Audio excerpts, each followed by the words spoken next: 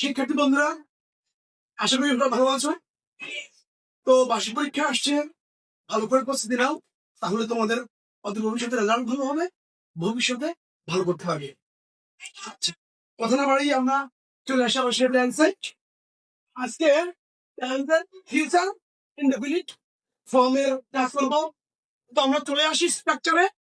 Future indefinite at first subject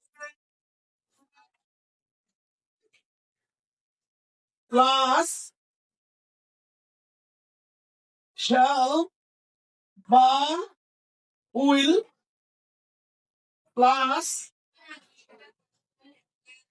ভার্বের present form plus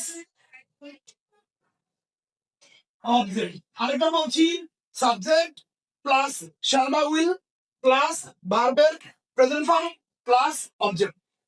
বলে রাখি, অনেক সময় প্রেজেন্ট ফর্ম বললে এস বাই এস যুক্ত করার প্রবণতা চলে আসার কথা, কিন্তু মনে রাখবে ফিউচারে এস বাই এস হয় না, ওটা প্রেজেন্ট ইনডেফিনিট টেন্সে হয়। এবার আমরা স্ট্রাকচার অনুযায়ী চলে আসবো সেন্টেন্সে। সেন্টেন্স 1, সাবজেক্ট আই এর সাথে বসে shall, I shall, ভাব যদি আমি নি eat rice, I shall eat rice. Sentence 2, subject he, third person singular, তথাপিও ভার্বের সাথে কোনো এসবিএস হবে না, কারণ ফিউচারে ভার্বের সাথে এসবিএস হয় না।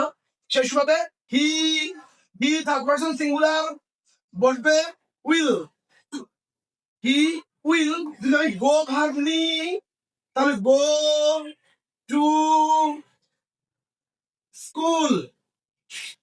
এক্সাম্পল থার্ড, বহুবচন দের সাথে shall, উইলও বসে, আবার যে জায়গায় শ্যাল বসে উইল বসানো যায়, যে জায়গায় উইল বসে সেই জায়গায় শ্যাল বসানো যায়।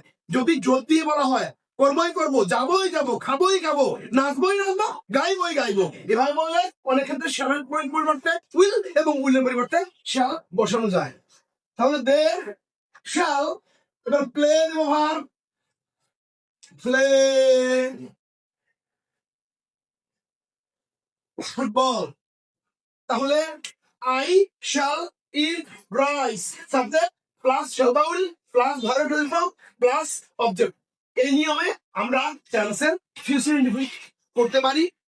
ভালোভাবে প্র্যাকটিস করবো আমরা এটি বসে বসে, তাহলে অতি সহজে ইংলিশ শিখতে সহজ হয়ে যাবে। আর টেন্সের ফর্মগুলো ভালো পারলেই সে যে কোনো মুভমেন্টে যে কোনো ভাবে কথা বলতে পারে, যে কোনো ইংরেজি তৈরি করতে পারে। আজ এই পর্যন্তই, ভালো থেকো সবাই।